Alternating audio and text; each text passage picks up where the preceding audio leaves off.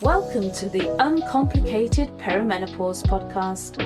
I'm Kate Grosvenor, your friendly perimenopause expert and life coach. And I'm Gabriella, Kate's daughter, representing all the women who are nowhere near perimenopause but want to understand it better. Whether you're just starting your perimenopause journey, deep into it, or you're a loved one trying to support someone who is, we've got you covered. We'll be answering all of your burning questions, exploring the ups and downs, and sharing expert advice and personal insights. So grab a cup of tea, get comfy, and let's dive into the wonderful, sometimes wild, world of perimenopause together. And remember, no matter where you are on your journey, you are not alone. Welcome to the Uncomplicated Perimenopause.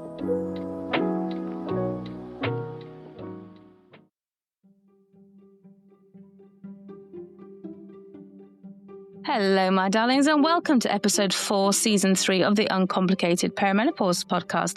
I'm Kate Grosvenor, perimenopause expert and life coach. And I'm Gabriella Grosvenor, Kate's daughter. It's along with you all. So I was just thinking today, what's exciting, what's new? And I thought, we're not really doing very much. And then I remembered, except the firewalk. Like the main event. The main event of the year that we've got coming up on Saturday. I'm going to say of the season. Of the season. Like such Bridgerton. Yes, on the ton. Yeah, we're doing a firewalk. So people probably don't know that I'm a firewalk instructor because that's just every day, isn't it? Like, you just do that. That's such a good event. It's such an amazing event. So we're doing it on the 4th of October, and I don't know if tickets are still available. They're probably still available, aren't they? Yeah. So if you hear this before the 4th of October, go to www.kategrosvenorevents.com. And if you want to join in, if you're stuck or you're feeling like you need a bit of oomph in your life, it's an amazing coaching event.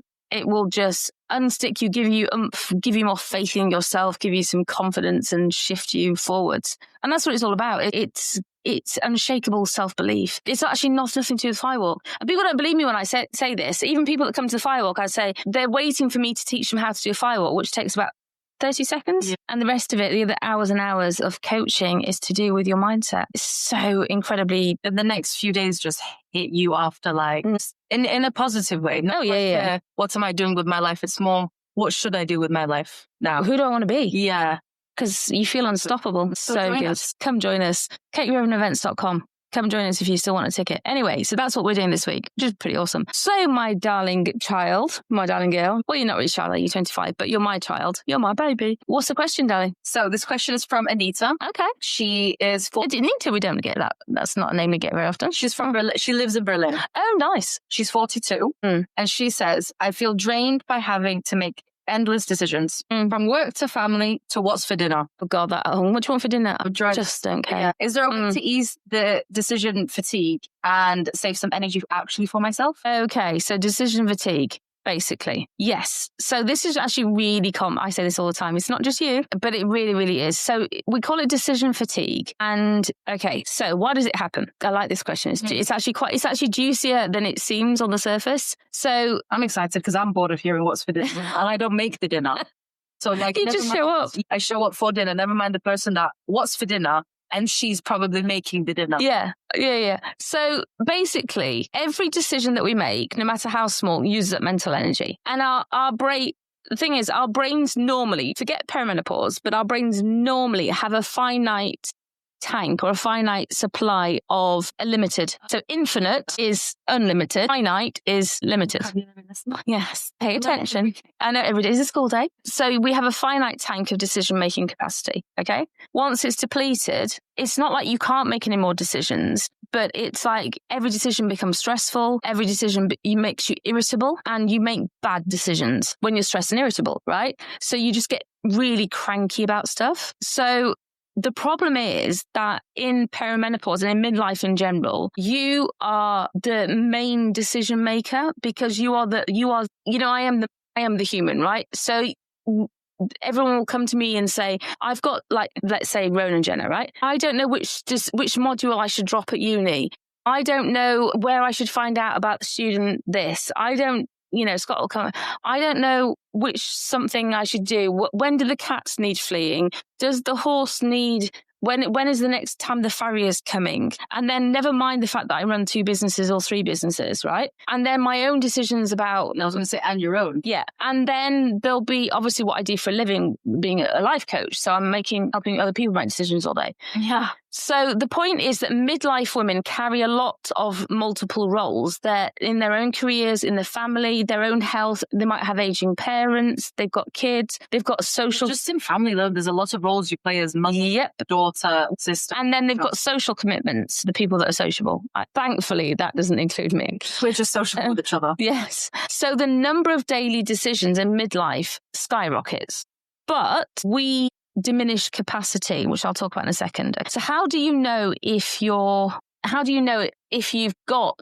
Okay, let me go another way. Why does it diminish? First of all, the prefrontal cortex, which is, I've talked about before, is the front bit of the brain. It's fully developed. Yes, at 25. Well done, Gabby. You finally got there. So it's your brain's CEO. So it's your brain's like boss in charge. Each decision, even something as small as do I want tea or coffee, uses up glucose and neurotransmitters that fuel that area.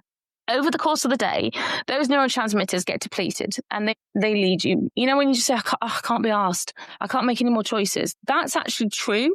So if you've made a lot of choices in that day, you know, if you've been on your own, chilled out in your room, or you've gone for a walk, you're like, yeah, sure, hit me with it. What do you need? If you've been at work and we've been doing this and this and this and this and this and this and this, and we've been firing, brainstorming, your brain just feels fatigued. That's actually a real thing. That's not your imagination. That's actually a real thing, right?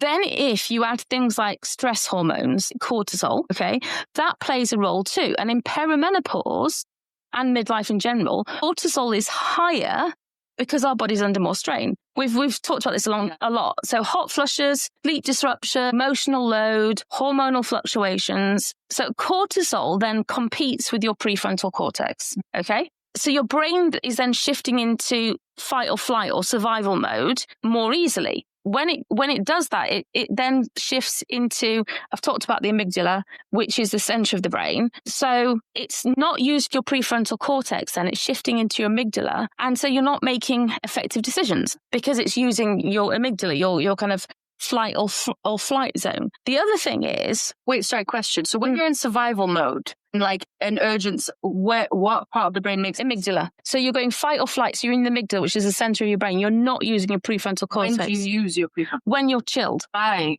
So that's why you make great decisions when you're relaxed and you can think straight. Do you know when you go into fight or flight and you go, shut up, I can't think straight? That's true because you're in fight or flight. So your amygdala makes decisions when you're fight, flight, freeze, fawn. You're literally in, if you don't do this at home, children, but if you put a pencil between your ears, you'd hit your amygdala. Your prefrontal cortex is right up here. Yeah. Is your thinking zone, right? Your higher order thinking, your self-regulation, daft decisions when you're in fight or flight. You're just like... What about when people say, oh, don't let a pregnant woman make a big decision? Well, you just shoot those because they're misogynists. Sorry, don't shoot them. Don't start with that. And just walk away and say naughty. Okay. So hormonal shifts as well. So estrogen has a very protective, anti-inflammatory effect on the brain. Okay. That supports neurotransmitters like serotonin, dopamine. As estrogen fluctuates, and we've said this every single episode, but as estrogen fluctuates in perimenopause, mental clarity, focus, emotional regulation can wobble, and that makes decision fatigue stronger and more intense. We also have a problem with sleep and fatigue. Lack of sleep, which is very common in perimenopause. I think we've done at least 2 episodes. Interrupted sleep, insomnia, trouble getting to sleep. If we mention it every episode. It stops us being able to recharge fully. So we don't get enough admin work done in our brain, and that makes decision fatigue also more difficult. You're also, as I said before, you're the default brain engaged. You're also the default decision maker. You've also got biological resilience issues. that you didn't have in your 20s, which is why you need to take Viva Peri. Shameless plug. Viva Peri is one of our supplements that's based on NMN, but it's also got quercetin and triacetyl and all kinds of resveratrol and lovely ingredients in. It's very, very essential. I will die on that hill. Yeah. Every woman should take Viva Peri. And then the emotional loads of midlife as well. So am I doing enough? Because we start to question ourselves as well. We get all kind of like, what am I doing with my life? Because you're going into another chapter. So when you start to leave a chapter of your life and you start to go into another chapter, you do naturally reflect. So you start thinking, what am I doing with my life? How do I stack up? Is this where I thought I would be? Is this where I'm supposed to be at my age? Is this what I was supposed to? The word supposed is really judgy and really loaded and not terribly helpful. Who says? Yeah, and who are they? Who says where you're supposed, But we do. Society, but then it's like, but who though? Because we've been watching Sex and the City. I've been just so enjoying that. Yeah. I mean, I've seen it all before, but It's a good one to watch on you for the first time. But you've been saying to me things like, why are they in such a hurry? Why are they doing this? And I'm like, well, because they're in their mid-30s. Bad decisions. Yeah. And I've been saying, well, because there's a time clicking by. And we've been having a lot of conversations about how women feel different pressure at different times of their lives. Very, very different. And when you're in your 50s like me, you're like, don't give a shit about so much stuff that you would feel differently about in your 30s. And it's actually been quite interesting to have those conversations from different viewpoints. So all of these things add up, meaning that you're really tired in your brain. Bearing in mind all of that, how do you know that you've got decision fatigue? Well, you can feel decision fatigue is not a tired brain at the end of the day. It's a very specific. So I'm gonna give you some symptoms. I should put my microphone near me as well. I'm going to give you some symptoms so you can know if you actually have decision fatigue, so you can be sure of what it looks like. So there's things like, for example, being paralyzed by simple choices. So you go to your wardrobe at the beginning of the day and you just don't know what to wear. Like you open your wardrobe and you're like, what do I want to wear? I just don't know. Yeah. Right? It's an overwhelming one in your 20s, never mind, I don't know what to wear after, and it's a big decision, never mind. Yeah. Never mind also having to factor in different materials. And this is the thing, because when your clothes feel ick, and especially if you're ADHD and perimenopause, that's even worse. Like you'll see, I never wear things on my wrists ever. I always roll things apart from my wrists and never wear things. You see me on videos, I'll always be moving things away from around my neck. I can't wear things around my neck. That's an ADHD. Put the two and two, but yeah. That's an ADHD thing then. Procrastination on bigger decisions, just when your brain feels really, really full. Like you can't make a big decision. Increased irritability when people ask you questions. So when you just snap, or things like resorting to an easier choice. So for example, what do you want for dinner? Let's have a takeaway. Yeah. Yeah. Just because it's just so much easier. Yeah, it is. Okay. So what can you do? I'm going to give you, listen to me. Now I'm going to give you some really good tips on what women can do. Anita, I hope you're listening. Anita. I'm going to give you some really good tips. Tip number 1, automate the small stuff. As in, Steve Jobs, for example, used to wear the same clothes every single day. No, not the same clothes. I don't mean like he smelled. Robert Pattinson didn't wash his hair. We had this conversation the other day, me and Gabby, and I was like, no, I mean, what's it called? What? Talking like, if you're listening, Rob. Yeah, really, mate, shampoo your hair. Yeah. It was Cameron Diaz that didn't use deodorant. Stop outing them. Well, we've got on the subject now. I know. No, what I mean is things like create a capsule wardrobe. Yeah. So have like 3 pairs of trousers, 3 tops, 3 jackets that you can just mix and match so that all the tops go with the bottoms, the bottoms go with the tops. Yeah. So it's a capsule style, so you're not overcomplicating it. Mm-hmm. So you know that whichever one you grab, they always go together. Simplify your wardrobe, pare it down so that you know that everything in your wardrobe fits you. Everything in your wardrobe goes with everything else. Literally kind of like, what's the lady that does that? Bless it and release it if it's not, and the name begins with a K.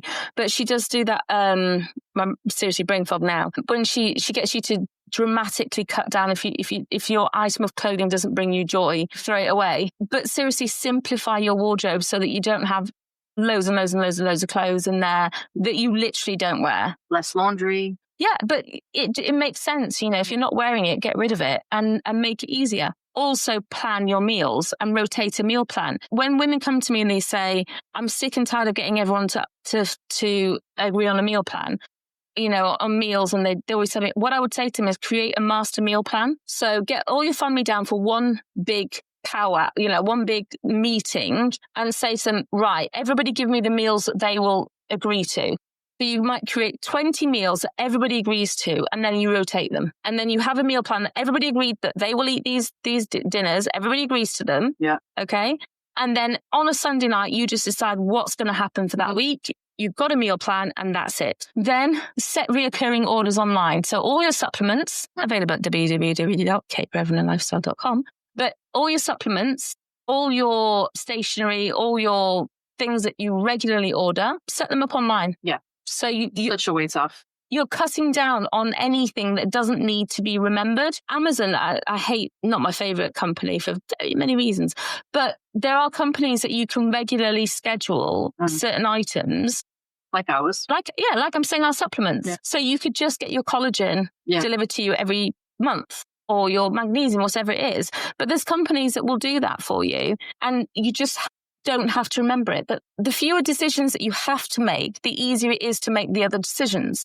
And create routines, rituals. I don't like the word routine because I'm ADHD and because I don't like being told what to do. Yeah. So I create rituals. But if you always have a skincare ritual in the morning, it's easier because you're not remembering it. You're not having to reinvent the wheel. Similarly, at nighttime, I have a certain sequence. Again, I am on the spectrum, but I have a certain... It's your evening sequence. It's nice. It's very... Every level calms itself down. Yeah. And it's very precise. And I do the same thing every day. I take you've seen me, I put my supplements in a certain way. And then I go and I do my skincare's arranged in order. And my pajamas are always left in the same place. That's very organized. It's such a treat to look at her bedroom. I know really is like every girl's like dream bedroom. It's like the bags are stacked properly. The shoes stacked. Everything's just... But then I put things away when I take them off. So it's all, you know where everything is, where you've left everything, and takes away as well any confusion. I never have to figure out where things are. Everything's where I left them. And again, it reduces the conscious decisions. Habits reduce conscious decision making. The more, and if you want to read a good book on habit, James, the name's gone now, but the Atomic Habits book, very, very good about how 1% builds really, really good habits. Creating rituals is great because you have fewer what am I supposed to do next moments, and that just stops the fatigue in your brain. Prioritize big decisions earlier on in the day. So if you know you're going to have a heavier mental brain work to do, eat the frog in the morning. I don't know if you've read the book Eat the Frog, but do that earlier on in the morning. Save low value decisions for later. Things that you have to do that are heavier on the brain, do it after lunchtime. They're not as important. When you've got to use your brain in the morning. The first 2 hours of the day is when your brain's really awake. So do those things in the morning. What else would I say? Delegate where you can. You don't have to be everything to everyone. True, yeah. And, you don't have to be the only person that does dinner or buys the shopping or goes and picks up stuff, especially if your children are older. Yeah. And if you've got pre-planned menus, like if you've done all the menu planning, your kids can cook meals, your partner can cook meals, Oh, sure. And teach them. Teach a man to fish. You're not a Bible person, are you? No. There's teach a man to fish. Give him, I can't remember, now I'm having brain fog, but it's like, if you give somebody a fish, they'll eat once. But if you teach a man to fish, he'll eat for the rest of his life. Yes. So if you give a kid a meal, the kid will eat once. But if you teach a kid to cook, they can feed themselves for the rest of their lives. So teach kids to cook. And when they go to university, when they leave home or they go off to uni, whatever they do, they'll be able to feed themselves, right? Raising adults. So delegate whenever possible. Share household decisions. It's not a bad thing to have, kids and partners involved in decisions. I mean, you probably have partners involved anyway, but have kids involved in decisions, give them ownership of it. Yeah. And it helps them make decision making for them. Absolutely. Everybody wins. But and then limit choice overload. Too many options gives you brain fog. So don't give yourself too many choices. Limit the choices that you have. We share nail polish, for example. We have a limited supply of very lovely nail polish that we keep all together. We just use those ones. We don't. And when they're finished, the colours that everyone can agree on. Yeah. And everyone knows where the place is, so we put it back. Yeah. And unsubscribe from stuff. So if you get emails in your inbox that are irrelevant, go on an unsubscribe mission. Challenge yourself to unsubscribe to things once a day. So if things come into your inbox and you're like, I don't ever want to see that again, unsubscribe to it and give yourself permission to unfollow people that annoy you and unsubscribe to emails that you don't want. And all of these things reduce the fatigue in your brain. All of them do. And I think those, they're good ideas. And remind yourself that not every decision deserves equal weight. Some decisions you can just be flippant about. You don't have to consider it that seriously. If you're going on holiday, put the map on a dartboard and throw a dart in it and go, right, we're going there. Just shits and giggles. Be wild, be free. Would you do that? I would, but I don't care. I'm like, I've been around the world, so I'm like, yeah whatever. Well, get on the plane. And also remember that good enough is often better than perfect. Yeah. Like, give yourself a break. Yeah. I think this is the biggest thing that women do. Give yourself a break. Yeah. Just I had to tell Jenna that yesterday. Yeah. Like, you've been at uni a week. Give yourself a break. It's okay not to know everything. Yeah. It really is. Like, knows everything. Yeah. Just give yourself enough mental space as well. Leave enough room in your brain for fun, for joy, for creativity, for meaningful living, for mindfulness. Don't forget that stuff needs to be in there as well. And it will help to balance out the stress and the crap that goes with everyday living. I mean, and as I said, Steve Jobs wore the same, he had I don't know how many black turtlenecks that he wore every day. Barack Obama wore the same suits daily so that he didn't waste energy on it. Simon Cowell does. Yeah. I mean, they have staple wardrobes that they wear all the time. I'm not suggesting you should wear the same thing every day, but you can rotate them. The more decisions that you make, the more, you're just wearing yourself out. So I think you just give yourself a bit of a break and just realize that, you don't have to. I feel like I've just talked, but you don't have to. I know, yeah, weird that. But you just try and reduce the amount of decisions that aren't that important. Try and schedule and subscribe to as much things as you can automate. Try and delegate as much as you can, and try and simplify whatever you can. Yeah. And just know that there is biological stuff going on. It's not you that is suddenly becoming capable. There is a lot of biological stuff going on. Yeah, Anita. I enjoyed this one. Oh, I'm glad you did. I'm here to entertain you. Thanks, Anita. It's juicier than you think it is. Yeah. On the top side, you think, decision fatigue, but no, there's actually there's a lot of stuff that you can do to make your life a darn sight easier. There you go. Next month is World Menopause Month, Menopause Awareness Month, October, and we've got I can't speak today. World Menopause Day on the 18th of October, which is fun. It is exciting. We're looking forward to that one. No, it was longer than that because I've been doing World Menopause Day for longer than that. I don't know. We should answers on a postcard. Let's have a look. All right, my darlings. I hope that helps. Don't forget, if you would like to join us for the firewalk, you can still pick up a ticket. We're going to be talking loads about menopause and perimenopause in October. We have a special edition of the podcast coming out in October as well on World Menopause Day. So keep a look out for that one. Love yourself fiercely. Take care of yourself. Speak kindly to yourself. And we will speak to you soon. Bye-bye. Thanks for joining us today on the Uncomplicated Perimenopause podcast. We hope you found this episode helpful and inspiring. Don't forget, if you have any questions or topics you'd like us to cover, you can reach out through our perimenopause group or on WhatsApp. For more information on my coaching, perimenopause supplements, books or upcoming events, please visit www.kategrosvenor.com. And if you've enjoyed today's episode, please subscribe, rate, and review our podcast. It really helps us reach more listeners just like you. Until next time, remember, perimenopause doesn't have to be complicated.